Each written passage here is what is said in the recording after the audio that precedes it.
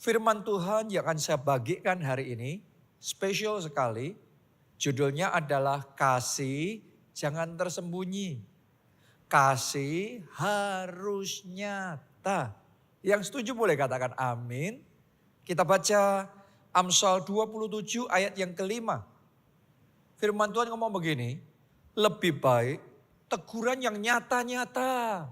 Orang itu gak senang saudaraku ditegur nyata-nyata. Tapi Alkitab ngomong lebih baik teguran yang nyata-nyata daripada kasih yang tersembunyi. Tahukah saudara yang jadi masalah di banyak pernikahan adalah kasih yang tersembunyi.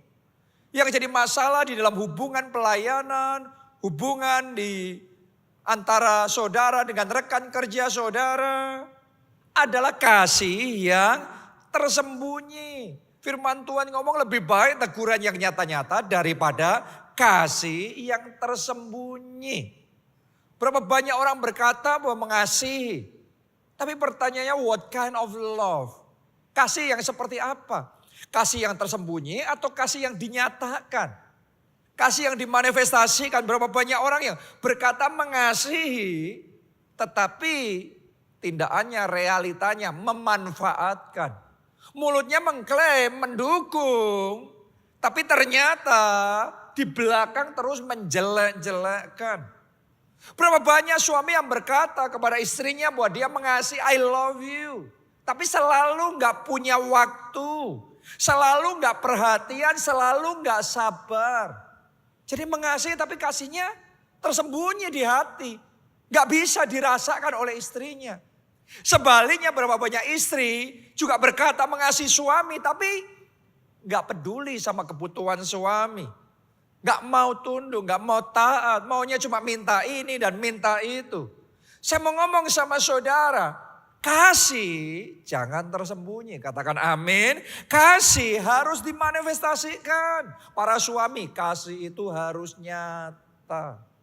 Para istri, kasih harus nyata. Orang tua, anak, kasih itu bukan cuma di bibir, bukan cuma lip service. Tapi kasih itu action real. Bisa dirasakan. Ada bukti kasihnya. Di gereja juga sama yang namanya antar jemaat, antar KKS sama anggota sel, antar teman kelompok sel. Saya mau ngomong sama saudara, kasih itu nyata. Jadi bukan cuma kasih yang tersembunyi, tapi kasih yang dimanifestasikan. Kata manifestasi ini spesial sekali ya. Waktu ulang tahun gereja kita kemarin bulan September, temanya adalah manifestasi anak-anak Allah. Jadi yang namanya anak Allah, yang namanya terang dunia, saudara dan saya disebut garam dunia, itu jangan cuma istilah yang tersembunyi. Tapi itu harus dinyatakan, dimanifestasikan. Jadi kita sebagai anak-anak Tuhan, saudara dan saya sebagai anak-anak Allah, harus ada kelihatan manifestasinya apa yang membedakan antara anak Allah dan yang bukan anak Allah. Jadi bukan cuma sekedar aksesoris luar. Kita orang tahu bahwa saudara dan saya adalah anak Tuhan. Bukan sekedar kita pakai kalung salib, terus kemudian gelang salib, stiker rohani, atau putar lagu rohani. Semuanya itu good. Tapi lebih dari semuanya itu kualitas kehidupan kita sebagai anak Allah yang harusnya itu jadi bukti yang bisa dilihat, dirasakan orang lain. Ini anak Allah. Harusnya dunia tahu kita anak Allah itu bisa kelihatan dari imannya kita. Seberapa kita percaya sama Tuhan. Orang lain mungkin gak berani percaya sampai seperti itu. Tapi saudara dan saya berani percaya sebab Allah dialah Bapa kita. Harusnya dunia bisa melihat kita anak Allah dari integritasnya kita. Sementara banyak yang lainnya gak bisa dipercaya, menipu, berbohong. Tapi harusnya anak-anak Allah itu nyata integritasnya seperti Allah. Bisa dipercayanya seperti Allah. Harusnya kelihatan dari komitmen kita. Dari kesetiaan kita. Dari perkataan kita. Bahkan terlebih lagi. Dari kuasa Allah yang terpancar melalui kehidupan kita. Dari wibawa ilahi, otoritas ilahi yang Tuhan berikan dalam hidup kita. Ada manifestasi kuasa Allah yang nyata dalam hidup kita. Nah itu semua adalah bentuk manifestasi kita sebagai anak-anak Allah. Tapi sekarang saya mau tambah sama saudara, kalau ada satu manifestasi utama yang harusnya dunia bisa melihat bahwa kita adalah anak-anak Allah, seharusnya adalah manifestasi kasih. Manifestasi kuasa, yes. Itu penting dan itu harus. Tapi jangan lupa, manifestasi kasih itu yang terbesar. Karena Allah adalah kasih.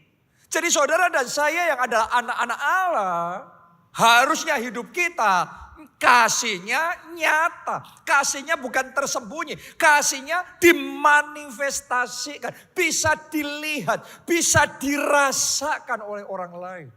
Kita baca ya, Yohanes 13 ayat 34 dan 35.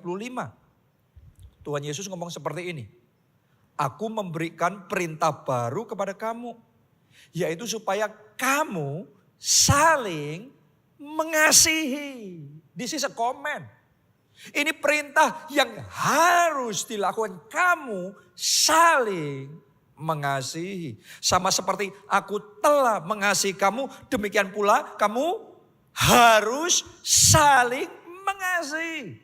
Jadi bukan cuma rindu mengasihi, ingin mengasihi, berpikir mengasihi, merasa mengasihi. Tapi kamu harus saling mengasihi, real kasihnya. 35. Dengan demikian semua orang akan tahu, dunia akan melihat saudara dan saya anak-anak Allah. Kenapa? Bahwa kamu adalah murid-muridku, yaitu jikalau kamu saling mengasihi. Jadi manifestasi kasihnya nyata. Saudara dan saya bisa dilihat oleh orang lain bahwa kita adalah anak Allah. Dari bagaimana kasih Allah itu dimanifestasikan jadi nyata melalui kehidupan kita. Rekan kerja kita di kantor bisa merasakan ada kasih Allah. Cara kita memperlakukan teman kita, memperlakukan pasangan kita, orang tua kita, anak-anak Allah, anak-anak kita. Ketika orang luar ngelihat, mereka bisa merasakan. Ini beda. Ini yang namanya kasih Allah yang nyata. Jadi ada manifestasi kasih Allah. Harusnya ini yang jadi nyata. Ini yang harus jadi signature. Ini harus jadi ciri utama anak-anak Allah. Dan doa saya ini ciri utama jemaat keluarga Allah yang ada di tempat ini. Yaitu kasih Allah nyata dalam hidup saudara. Kita baca Kisah Para Rasul 5 ayatnya yang ke-12. Dan oleh rasul-rasul diadakan banyak tanda dan mujizat di antara orang banyak. Ternyata saudaraku kalau bicara tentang jemaat mula-mula, itu ciri utamanya nomor 1 adalah banyak tanda dan mujizat. Berarti ada manifestasi kuasa Allah. Ada demonstrasi kuasa Allah yang nyata. Yang sakit disembuhkan. Dan banyak keajaiban, mujizat-mujizat didemonstrasikan. Karena itu adalah ciri Allah ada di tengah-tengah kita. Yaitu kuasa Allah nyata. Tapi jangan lupa, ayat itu gak berhenti sampai di situ. Mari kita lanjutkan. Semua orang percaya selalu berkumpul di Serambi Salomo dalam persekutuan yang erat. Jadi bukan cuma kumpul-kumpul, bukan cuma ada bersama-sama hadir dalam ibadah, tapi ada yang namanya persekutuan yang erat, ada kesatuan, ada kesehatian. Dan yang seperti itu hanya memungkinkan kalau kasih itu nyata. Kalau ada manifestasi kasih yang nyata. Ternyata di jemaat mula-mula 2 ciri utamanya yaitu kuasa dan kasih. Doa saya kita semua juga ngalami ini. Ciri utama gereja keluarga Allah ada manifestasi kuasa Allah yang nyata. Juga ada manifestasi kasih Allah yang nyata di dalam kehidupan kita. Oke. Nah, sadarkah saudara bahwa ketika kita kepenuhan Roh Kudus, maka dua hal yang muncul adalah manifestasi kuasa Roh Kudus dan manifestasi kasih Allah. Kenapa saya ngomong begitu? Yang pertama, Kisah 1 ayat 8 berkata, dan kamu akan terima kuasa kalau Roh Kudus turun ke atas kamu. Jadi kalau ada kepenuhan Roh Kudus, ciri utamanya ada kuasa Allah yang akan dinyatakan dalam hidup saudara. Ada anointing for dominion, ada urapan berkuasa. Sehingga dalam hidupmu engkau gak terus menerus kalah, tapi engkau menang. Engkau jadi pemenang, engkau lebih dari pemenang. Amin. Jadi mulai hari ini biarlah manifestasi kuasa Allah nyata dalam hidup saudara. Sementara Anda dipenuhi Roh Kudus lebih dan lebih lagi, maka manifestasi kuasanya juga lebih dan lebih lagi. Mujizat-mujizat dan tanda ajaibnya semakin lebih dan lebih lagi dalam hidup saudara. Tapi tahukah saudara, kepenuhan Roh Kudus bukan sekedar kita terima kuasa. Tapi ketika kita mengalami kepenuhan Roh Kudus, Alkitab ngomong tentang buah-buah roh. Dan buah roh yang paling penting, yang paling utama namanya adalah kasih. Benar? Itu buah roh yang pertama, yaitu kasih. Jadi kalau seseorang kepenuhan dengan Roh Kudus, yes, dia terima kuasa. Tapi yang kedua, ada buah roh kasih yang bisa dirasakan oleh istrinya. Ternyata suaminya ini sayang sama dia. Kalau Anda terima kepenuhan Roh Kudus dan kepenuhan itu real, maka anakmu bisa merasakan. Ternyata orang tuaku itu sayang sama aku. Ternyata anakku itu sayang sama aku. Orang lain bisa merasakan. Rekan kerja saudara, teman kelompok saya saudara. Real kasihnya gak tersembunyi. Gak cuma di dalam, tapi kasihnya dinyatakan buahnya bisa dicicipi, dirasakan oleh orang lain. Yang namanya buah itu bukan kita yang mencicipi, tapi orang lain yang mencicipi buah yang kita hasilkan. Biarlah mulai hari ini buah roh kasih saudara nyata, bisa dicicipi, bisa dirasakan, bisa bermanfaat bagi orang lain. Jadi kasih jangan tersembunyi, kasih harus nyata. Mari kita buka di dalam 2 Tesalonika 1 ayatnya yang ketiga. Ini adalah kisah tentang jemaat Tesalonika. Saya bacakan buat saudara. Kami wajib selalu mengucap syukur kepada Allah karena kamu saudara-saudara. Dan memang patutlah demikian. Karena yang pertama, perhatikan. Imanmu makin bertambah. Itu yang nomor 1 dulu. Saya berdoa iman jemaat keluarga Allah seperti iman jemaat Tesalonika juga makin bertambah. Doa saya imanmu gak stagnan. Ada pertambahan, ada pertumbuhan iman. Kalau tadinya susah percaya, mulai hari ini gampang percaya. Kalau tadinya lambat percaya, mulai sekarang cepat untuk percaya. Kalau tadinya Anda hanya bisa percaya perkara-perkara yang masuk akal, mulai sekarang hal-hal yang tidak masuk akal, yang orang lain bahkan pendeta pun yang lainnya tidak bisa percaya. Tapi kalau firman Tuhan ngomong itu, Anda dan saya berani percaya. Itu iman bertumbuh. Kalau tadinya dalam hati saudara Anda yakin sakit pusing saudara pasti bisa sembuh. Maka sekarang iman Anda bertumbuh. Anda punya keyakinan kanker pun juga bisa sembuh. Boleh ngomong amin saudaraku. Kalau tadinya saudara percayanya bisa bayar kontrakan rumah. Tapi doa saya imanmu bertumbuh. Anda sekarang punya iman. Bisa punya rumah milik saudara sendiri. Itu salah satu bentuk pertumbuhan iman. Kalau tadinya iman saudara bisa dapat pekerjaan. Tapi sekarang iman saudara naik level. Anda bisa dipakai oleh Tuhan untuk memberi pekerjaan bagi orang lain. Kita ngomong biarlah imanmu makin bertambah.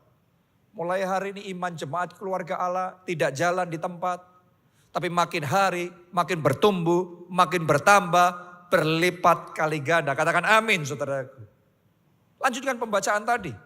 Karena imanmu makin bertambah dan yang kedua kasihmu. Sekarang bicara kasih ya. Kasihmu seorang akan yang lain makin kuat di antara kamu.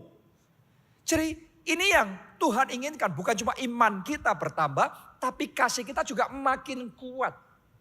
Kalau tadinya kasihnya lemah. Kasih lemah itu gampang kecewa, gampang sakit hati, dendam, marah, curiga sama orang lain. Tapi doa saya mulai hari ini, kasih saudara makin kuat. Kasih saudara kasih yang progresif, kasih yang makin maju, kasih yang makin bertumbuh. Kalau tadinya Anda hanya bisa mengasihi orang-orang yang baik sama saudara.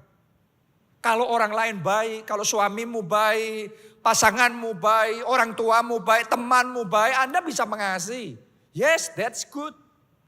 Tapi mulai sekarang kasihmu upgraded. Kasihmu bertambah, makin kuat. Anda bisa mengasihi sekalipun. Maksudnya gimana? Sekalipun suamimu perkataannya menyakitkan.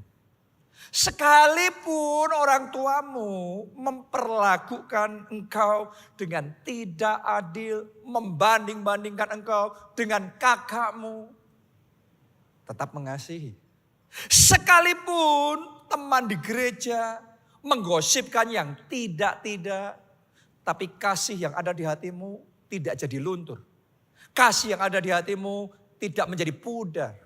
Sekalipun anggota kelompok selmu menuntut ini, menuntut itu, rekan kerjamu mungkin memperlakukan dengan tidak adil. Tapi saya berdoa mulai hari ini kasihmu semakin kuat. Kasihmu tetap kokoh. Jadi yang tadinya mengasihi penuh dengan syarat dan ketentuan, sekarang seperti kasih Allah. Kasihnya tanpa syarat. Sekalipun keluarga saudara tipe keluarga yang sukar, kita tetap bisa mengasihi keluarga kita. Sekalipun orang yang kita tolong gak membalas apa-apa, bahkan mungkin membalasnya gak baik, ngomongannya gak enak tentang kita, padahal sudah ditolong. Tapi doa saya, kasih saudara sudah cukup bertumbuh sehingga itu semua boleh terjadi.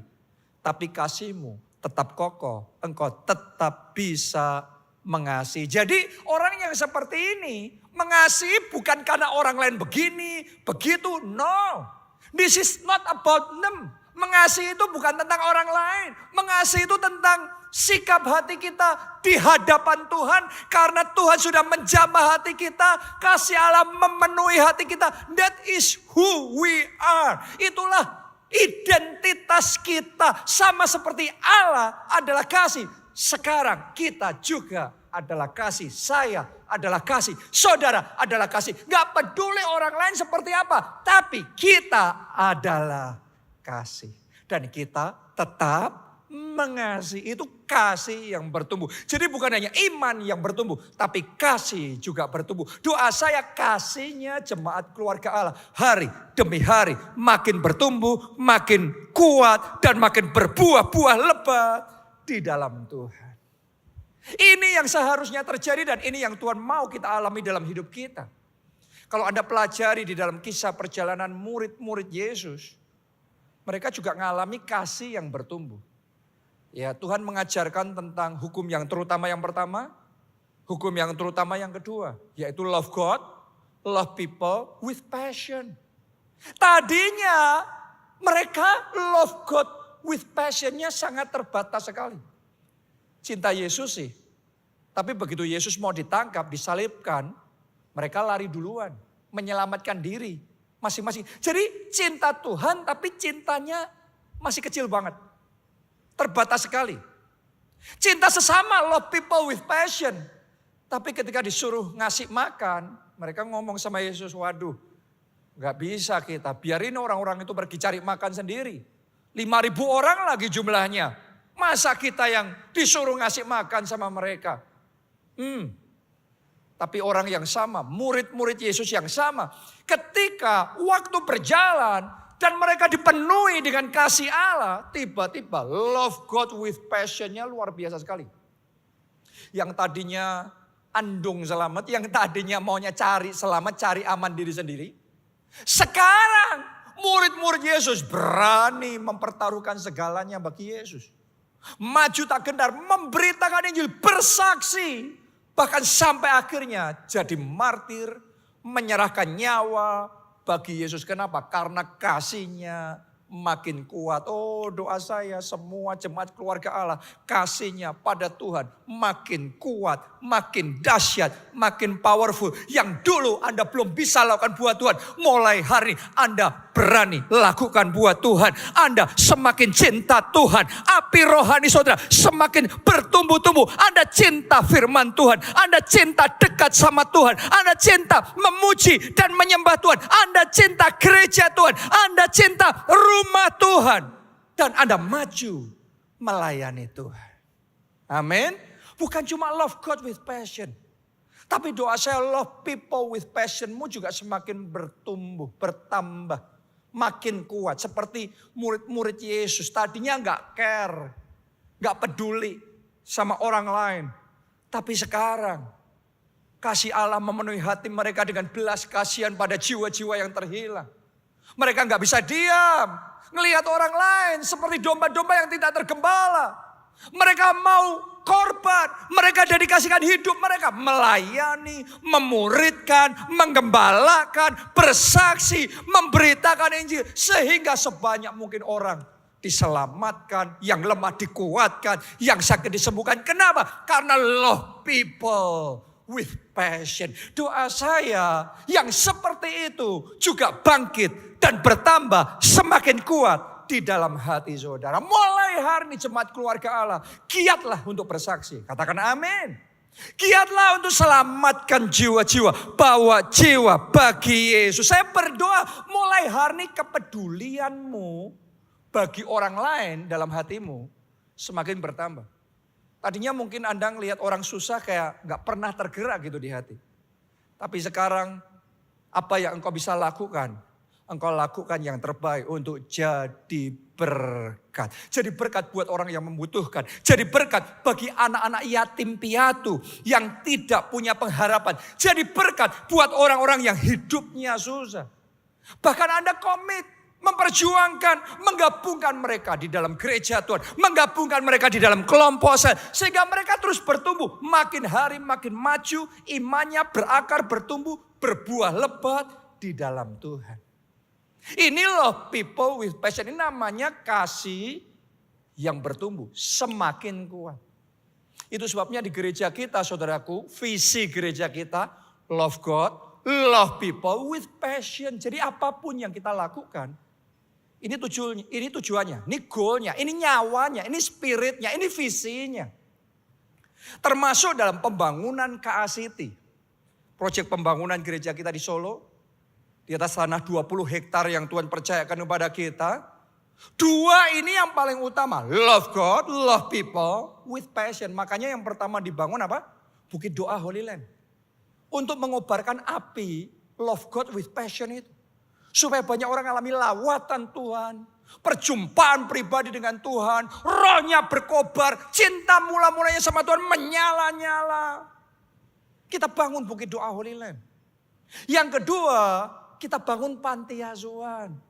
Kenapa? Karena ini akan mengobarkan love people with passion dalam diri setiap jemaat keluarga Allah. Hidup ini untuk jadi berkat bagi orang lain. Jadi berkat buat orang-orang yang membutuhkan. Buat anak-anak yatim piatu. Karena itu saya mau tantang setiap jemaat keluarga Allah. Ayo terlibat dalam pembangunan KACT ini. Ayo terlibat. Terlibat dalam waktu, dalam tenaga, dalam dana, dalam janji iman. Apa yang bisa Anda lakukan? Ayo lakukan. Kasih gak boleh terpendam. Gak boleh tersembunyi. Kasih harus dimanifestasikan. Ya sehingga orang itu bisa ngerti bahwa kita murid-murid Kristus. Bahwa saudara dan saya adalah anak-anak Allah. Pertanyaannya, bagaimana kita bisa bertumbuh di dalam kasih? Supaya melalui hidup kita dunia bisa merasakan kasih Allah itu nyata. Kita dulu harus bertumbuh dalam kasih. Yang pertama, alamilah kepenuhan kasih Allah tiap hari dalam hidup saudara. Supaya kasihmu bisa bertumbuh, harus ada input yang benar. Input kasih Allah. Kenapa? Karena input menentukan output. Kalau inputnya salah, outputnya salah, kasihmu nggak berkembang. Kasihnya jadi layu. Kalau inputnya adalah kecewa, sakit hati, hal-hal yang negatif, gimana? Kita berharap kasih Allah menjadi nyata dalam hidup kita. Kalau inputnya hal-hal yang menakutkan, maka hati kita akan dipenuhi dengan ketakutan.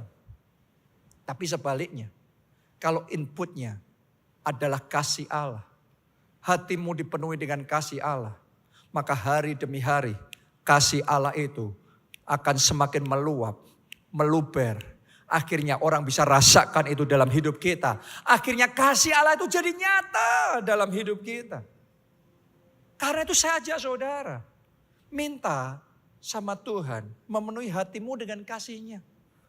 Karena kalau kita berusaha mengasihi orang lain dengan kasih manusia kita sendiri. Kita harus ngerti ya, kasih manusia terbatas. Makanya suami-suami kehabisan kasih sama istrinya. Kesabarannya terbatas. Kehabisan kesabaran, kehabisan pengendalian diri, kelemah lembutan, kemurahan hati. Kenapa? Karena kasih manusia terbatas.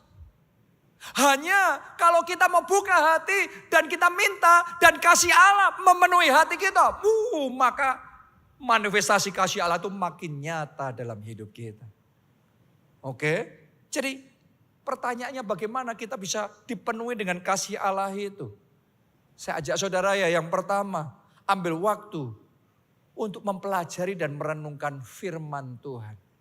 Melalui firman Tuhan itu, renungkan kasih-Nya. Renungkan semua kebaikannya dalam hidup saudara. Renungkan rencananya yang indah dalam hidupmu. Janji-janjinya yang luar biasa. Renungkan pertolongannya, anugerahnya dalam hidupmu. Sementara engkau merenungkan firman Tuhan itu, hatimu akan kelimpahan dengan kasih Allah yang luar biasa. Saya ajak saudara mendekat sama Tuhan. Buka hati lebar-lebar. Saya mau ngomong begini sama saudara. Ketika kita buka hati, maka kasih Allah itu akan mengalir, menyerbu masuk, memenuhi hati kita. Sampai kepenuhan, sampai kelimpahan dengan kasih Allah itu. Jadi ambil waktu, duduk diam dalam hadirat Tuhan. Hanya untuk mengalami kepenuhan kasih Allah. Sementara engkau menaikkan pujian, penyembahan, engkau menaikkan ucapan syukur, engkau berlama-lama dalam hadiratnya, menanti-nantikan Tuhan. Hatimu akan dipenuhi dengan kasih-Nya yang ajaib itu, mengalir dalam hidup saudara. Jangan lupakan segala kebaikan Tuhan. Amin. Dalam hidup kita, di setiap langkah kita. Saya yakin setiap dari kita pernah mengalami pertolongan Tuhan. Pernah mengalami jawaban doa dari Tuhan. Pernah mengalami diluputkan, diselamatkan oleh Tuhan. Ditolong oleh Tuhan. Ingat-ingat semua kebaikan Tuhan. Maka hatimu akan penuh dengan kasih Allah. Kalau Anda lakukan itu, jadi gaya hidup dalam hidup saudara. Saya yakin setiap hari kasih-Nya fresh mengalir. Kasih-Nya baru tiap pagi memenuhi hati saudara. Saya berdoa jemaat keluarga Allah, gak ada yang kering dari kasih, gak ada yang kurang dari kasih Allah. Saya berdoa mulai hari ini kasih Allah mengalir memenuhi hidup saudara. Kasih Allah mengalir sampai meluap-luap di dalam kehidupanmu. Itu yang pertama. Dan yang terakhir, yang kedua, setelah kita dipenuhi dengan kasih Allah, yang kedua, bagikan kasih Allah itu. Jadi jangan hanya simpan kasih Allah itu untuk diri sendiri. Share it. Bagikan kasih Allah itu. Supaya melalui hidup kita orang lain juga bisa ngerasain kasih Allah itu. Dan jangan nunggu. Nah ini kesalahan banyak orang. Nunggu sampai 100% siap untuk membagikan kasih Allah. Nggak pernah siap saudaraku. Kuncinya start with small. Memulai dengan langkah kecil untuk membagikan kasih Allah. Kalau saudara belum bisa mengampuni musuhmu, ampuni dulu pasanganmu. Kalau engkau belum bisa mengasihi musuhmu, kasih dulu istrimu, suamimu, orang tuamu, anak-anakmu. Start with small. Kalau engkau belum bisa mengasihi dengan kasih yang besar, jadi saluran berkat yang besar. Jadi saluran berkat yang kecil dulu. Start dengan jadi berkat buat satu orang, tolong satu orang. Kalau Anda nggak bisa tolong seluruh dunia, jangan nunggu. Tolong satu orang, tolong orang dekat saudara. Jadi berkatlah buat mereka. Start with small. Mulailah dengan hal yang kecil, dengan langkah yang kecil. Karena kita berkata, barang siapa setiap perkara kecil, ia akan diberi kepercayaan perkara yang besar. Dari yang kecil akan bertumbuh menjadi besar. Tahukah saudara, ketika Anda lakukan hal yang kecil, kasih yang kecil, buat keluarga saudara, buat istri saudara, Tuhan akan pakai itu untuk mendatangkan pemulihan yang besar di dalam kehidupan saudara. Akhirnya hatimu akan meluap dengan lebih banyak kasih Allah yang akan memampukan Anda mengasihi musuh-musuh saudara. Orang itu butuh proses pertumbuhannya. Jadi mulailah. Jangan nunggu. Share it, bagikan kasih Allah itu. Ketika saudara memulai menolong satu orang, jadi berkat buat satu orang, itu sendiri akan dipakai Tuhan bukan hanya untuk orang itu, tapi untuk menumbuhkan kasih-Nya lebih dan lebih lagi dalam hidup saudara. Sehingga Anda dimampukan untuk bisa menolong satu orang lagi. Menolong satu orang lagi. Satu keluarga lagi. Mendukung satu anak yatim piatu lagi. Jangan nunggu banyak. Mulai dengan satu. Membangun satu goa doa lagi di KACT. Terlibat lebih lagi. Membangun gereja lebih lagi. Terus makin lama makin besar. Hidup kita akan dipakai jadi berkat yang besar. Tapi dimulainya dari satu. Dari yang kecil, dari yang sedikit. Kalau saudara belum bisa membawa semua orang datang kepada Yesus. Start with one. Mulai bersaksi dari satu orang. Satu teman saudara. Doakan, perjuangkan, upayakan. Bagikan kasih Allah kepada mereka supaya mereka bisa merasakan melalui hidupmu. Allah itu mengasihi mereka. Nanti satu orang diselamatkan. Dari situ Tuhan akan bekerja lebih lagi melalui hidupmu. Satu lagi teman saudara. Satu lagi keluarga saudara. Dan akhirnya panen raya jiwa besar-besaran terjadi melalui kehidupan saudara. Jadi hari ini saya tantang kita semua, take action. Ambil langkah iman. Kita yang sudah menerima kasih Allah. Mari kita bagikan kasih Allah itu kepada orang-orang yang di sekeliling kita. Dan saya percaya kita akan melihat bagaimana kasih Allah itu jadi nyata. Dalam keluarga kita nyata. Dalam gereja kita nyata. Dimanapun kita berada nyata kasih Allah itu. Anda mau kasih Allah itu nyata dalam hidup saudara? Siapa mau bertumbuh di dalam kasih Allah? Mari saya ajak semuanya bangkit berdiri. Bangkit berdiri, kita nyanyikan lagu ini, pengharapanku, pertolonganku. Tuhan, buka hatimu lebar-lebar, biar kasih Allah mengalir memenuhi hidupmu. Karena firman Tuhan berkata, karena begitu besar kasih Allah akan dunia, sehingga diserahkannya anaknya yang tunggal, supaya barang siapa percaya kepadanya, tidak binasa, melainkan beroleh hidup yang kekal. Tahukah saudara, kasih Allah yang pertama yang akan dia lakukan untuk hidupmu adalah menyelamatkan jiwamu. Jadi saya mau beri kesempatan buat Anda yang belum pernah terima Yesus sebagai Tuhan dan Juru Selamat. This is your time to experience God's love. Ini waktu saudara mengalami kasih Allah yang besar itu. Buka hati saudara, undang Yesus masuk dalam hidupmu. Jadi Tuhan dan Juru Selamatmu. Maka dosa-dosamu diampuni. Dan engkau diselamatkan. Engkau diberikan hidup yang kekal. Bisa masuk di dalam kerajaan surga. Yang mau mengalami kasih Allah itu, angkat dua tangan saudara. Ikuti doa ini. Katakan, Tuhan Yesus, masuklah dalam hatiku. Jadi Tuhan dan Juru Selamatku. Ampuni dosa-dosaku. Selamatkan aku ya Tuhan. Mulai sekarang. Hidupku milik Yesus. Aku mau ikut Yesus. Melayani Yesus. Bersaksi buat Yesus. Bawa jiwa bagi Yesus. Pakai aku ya Tuhan. Untuk kemuliaan. Terima kasih Tuhan. Yang kedua, siapa di sini yang mau hidup saudara dipenuhi dengan kelimpahan kasih Allah? Karena untuk kita bisa bertumbuh dalam kasih, input menentukan output.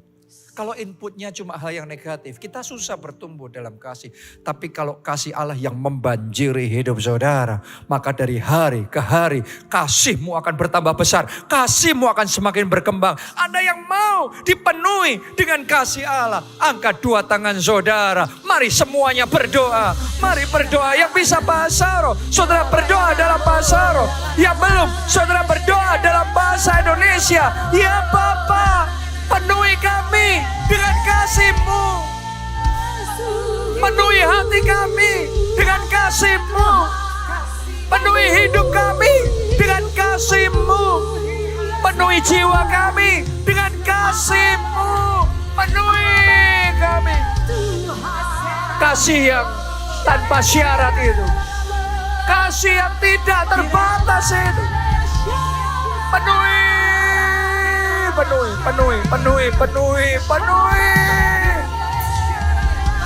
Penuhi umat-Mu dengan kebaikan-Mu ya Bapa. Dengan kemurahan hati-Mu ya Bapa. Jamah hati kami dengan kelembutan-Mu ya Bapa. Hujani umat-Mu dengan anugerah-Mu. Dengan kasih karunia-Mu. Dengan berkat-berkat-Mu. Dengan pertolongan-Mu.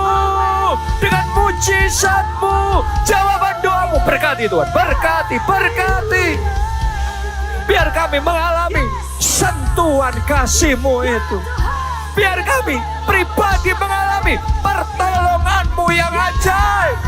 Penuhi kami ya Tuhan. Dengan kasih-Mu. Penuhi kami. Haleluya. Haleluya. We need you Lord. We need your love. More of you. More love. Your love. Agape love. Fill us up, oh Lord. Hati kami haus. Kami rindu. Kasih-Mu lebih membanjiri hati kami. Ora la pasyara.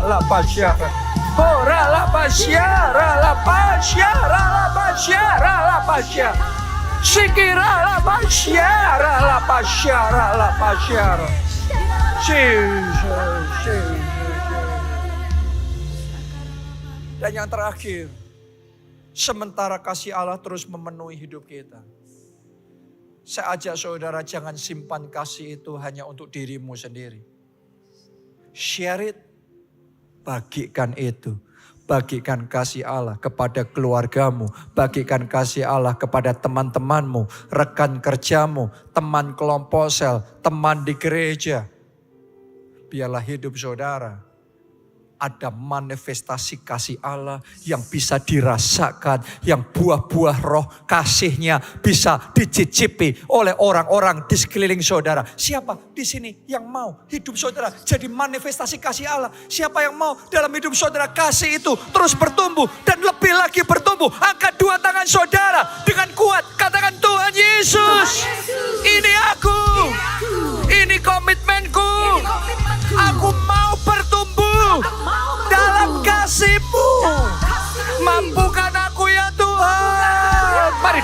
doa. Mampukan aku jadi berkat. Mampukan aku Tuhan membagikan kasih-Mu, membagikan kasih Allah. Sampai istriku, suamiku merasakan kasih. Orang tuaku, anak-anakku merasakan kasih. Orang-orang di sekelilingku merasakan kasih. Pakai ya Tuhan, pakai ya Tuhan. Oh Jesus, oh Jesus. Haleluya. Terima kasih Tuhan. Mari angkat dua tanganmu dan aminkan berkat Tuhan ini.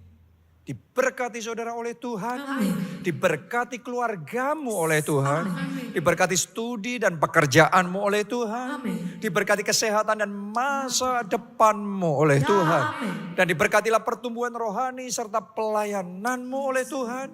Sehingga hidupmu jadi berkat dan kesaksianmu membawa jiwa-jiwa dipertobatkan dan diselamatkan.